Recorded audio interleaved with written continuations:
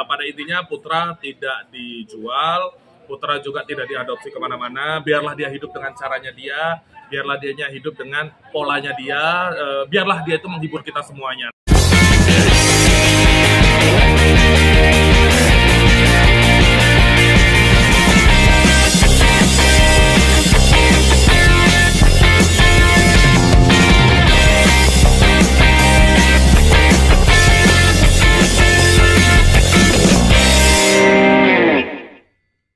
Sebenarnya nggak ada istimewanya ya.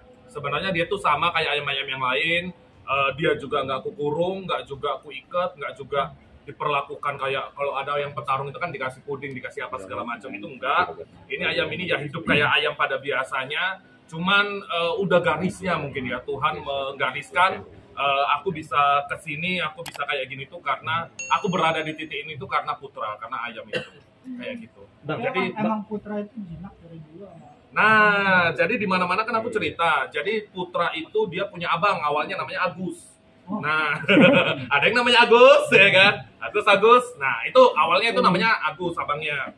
Agus ini sendirian dan kemudian lahirlah Putra dan Yuni adiknya. Jadi Agus yang rawat memang yang dibawa kemana-mana itu Putra sama Yuni dibawa Agus gitu. Nah, Agusnya mati, kemudian nggak tahu kenapa dia mewariskan sifat yang ramah tamah dan juga kekeluargaan kepada kami ke Putra dan Yuni ini. Udah akhirnya ya Putra ngikuti jejak abangnya. Nah, kembali ke topik lagi. Ini kan ada dua nama besar Deddy Corbuzier dan juga Juragan Madu yang paling banyak, yang paling wow lah tawarannya. Ini nyangka gak sih bakalan ada yang lebih dari Deddy Corbuzier, apalagi seorang Juragan Madu ini orang berani. Oke.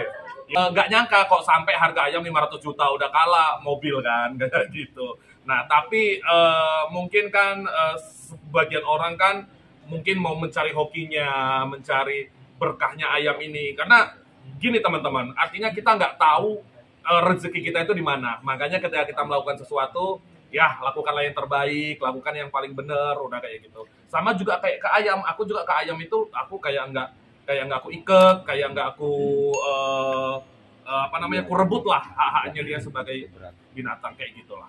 Tapi satu 500 jutanya itu kan tadi dibilang kan belum ya. Belum. Nah, kalau mau mentoknya sendiri tuh harganya berapa? Karena nggak dijudiin bro, pokoknya sampai 10 miliar pun nggak dilepas. Bang, kesempatan nggak datang 2 kali nih bang. Kalau misalkan ayamnya lewat misalkan ya bang ya. Lewat itu apa? Meninggal. Misal nggak bang? Ini kesempatan nggak datang 2 kali bang? Enggak. Jadi ada di dunia ini yang tidak bisa dinilai oleh uang. Kalau sama aku kayak gitu. Yang kita takutkan seperti ini, simpelnya gini aja lah ya kan. Aku pikir semua kesempatan yang udah dikasih sama Putra ke aku, dari Tuhan lewat Putra ke aku, itu udah nggak ada harganya lagi kayak gitu. Jadi kalau seandainya dianya nanti mati dengan caranya dia kelindes mobil, kemudian sakit atau segala macam, ya itu udah takdirnya dia kayak gitu. Jadi aku kayak gitu. Kalau nanti Juragan Madu langsung ngasih cash 900 juta sama nambahin mobilnya warna hijau itu gimana Juragan Madu langsung? Berapa sih harganya? 2 lebih. Dari 2 miliar 500 2,5 M. Iya. Tetap tidak. Kenapa sih kekes banget? Kenapa? Apa urusan kau apa? Hah? Suka aku lah. Heboh kali kau. Bang, tapi mengenal sosok Juragan Madu, lihat-lihat di medsos atau lihat juga gak sih sebelumnya? Orang kaya, udah lihat. Sosoknya? Karena beliau itu luar biasa, beliau juga awalnya juga berjuang, kemudian orang tuanya sama-sama udah nggak ada, kami kayak gitu Juragan Madu juga orang tuanya udah nggak ada, dan perjuangannya luar biasa hingga sampai di titik ini luar biasa. Beliau menginspirasi kayak gitu. Tapi ya itu tadi intinya hype-nya Putra ini sama-sama kita nikmati bersama lah, intinya kayak gitu. Jangan dia kita jadikan petarung, jangan kita rebut hak-haknya dia. Ini banyak nih teman-teman dari kemarin netizen yang ngomong ngapa nggak diajak kayak ke Jakarta kayak gitu. Ribet dia ke Jakarta, dugem jadi pengacara nanti kan gimana kayak gitu. Tau lah pertemuan Jakarta kan kayak gitu kayak kalian gini. Bang Adi, ini kan ayam udah ada harganya nih, banyak yang nawar. Jadi makin secure nggak nih sama ayamnya nih? Takut kemana? Maksudnya lebih diamanin gitu ayam. Hati-hati. Oh apa? Dijaga-jaga. Asuransi. Takutnya tadi culik. Oh gitu. enggak sama sekali kayak gitu ya. Dan alhamdulillah di lingkungan kami itu lingkungan yang sejauh ini masih aman. Nggak tahu habis ini ya, nggak tahu habis rame-rame kayak gini nanti kayak gimana. Dan juga ada orang di rumah yang jaga kayak gitu. Itu sih. Ya takutnya kalau diculik gini bro, takutnya kalau diculik dia tuh dijadikan ayam petarung gitu kan, dijadikan ayam kampus, itu yang ditakutkan gitu. Tapi kalau aku lebih ikhlas dia tuh mati dengan cara Tuhan mengambil nyawa dia gitu. Tapi kalau dia dijadikan ayam petarung itu sampai kemanapun aku kejar gitu. Kita turunkan langsung dari Mabes Polri ya. Kalau mereka kan Polres Eskuali gimana Sol? ya cemana ya. Gitu ya artinya kalau dia diculik kemudian dipotong orang berarti udah itulah jalan hidup dia, kita kan nggak tahu kayak gitu. Tapi kalau sampai dijadikan ayam petarung kan inget ya ada film Ongbak yang di Thailand itu kan gajahnya diambil dikucur sampai kemana-mana, itu kalau aku bakal kayak gitu nanti. Bang, tapi kan kalau udah dapet duit kan bisa usaha kayak juragan madu juga, ikutin jejaknya. Oh dari Iya. dari uang yang banyak-banyak tadi itu. Juragan madu tadi. Oh, bisa beli Bisa ayam juragan, banyak, jadi juragan juga barengan. juragan ayam jadi. Enggak lah. Detik itu juga aku jual Putra, detik itu juga aku dihujat oleh netizen sedunia. Selesai aku. Dah, aku nggak mau kayak gitu. Ya bukan karena nggak mau itunya, juga karena udahlah Putra kita biarkan hidup dengan caranya dia.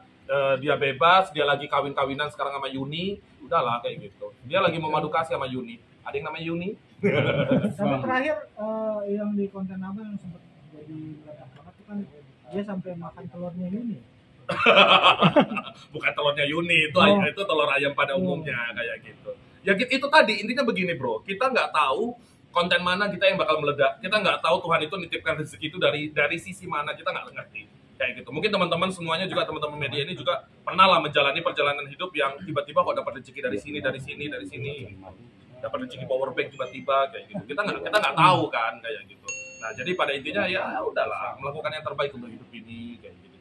Bang Adi, Siapa Pak? di mana sih kelebihan yang abang lihat dari Putra ini, selain tadi membawa koki, membawa gajah, Oke.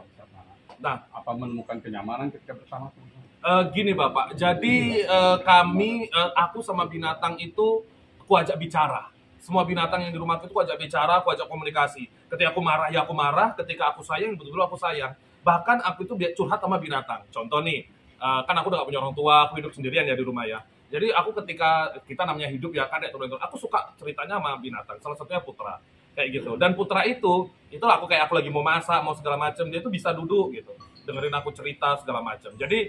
Jadi pertemanannya itu udah yang kayak, aduh janganlah kayak gitu. Jadi nggak bisa digantikan dengan uang lah kayak gitu. Kurang lebih seperti itu Pak. Dan lucunya pernah Putra kan kita syuting sama Polres ya. Kita syuting sama Polres. Iya gitu nggak apa sih? Iya. Sama Polres Tebuk. Biar enak ngobrolnya. Diem aja. Nah kita syuting sama Polres Tebuk dan dia itu kan dibawa ke Polres. Itu perjalanan Polres ke rumah itu kan setengah jam. Itu aku bilang sama dia, Put, kamu kita kerja dulu ya, kita syuting dulu gitu. Walaupun dia dilepaskan gitu ya, kita pisah dulu sama Juni sebentar. Nah besok aku kasih makan enak gitu.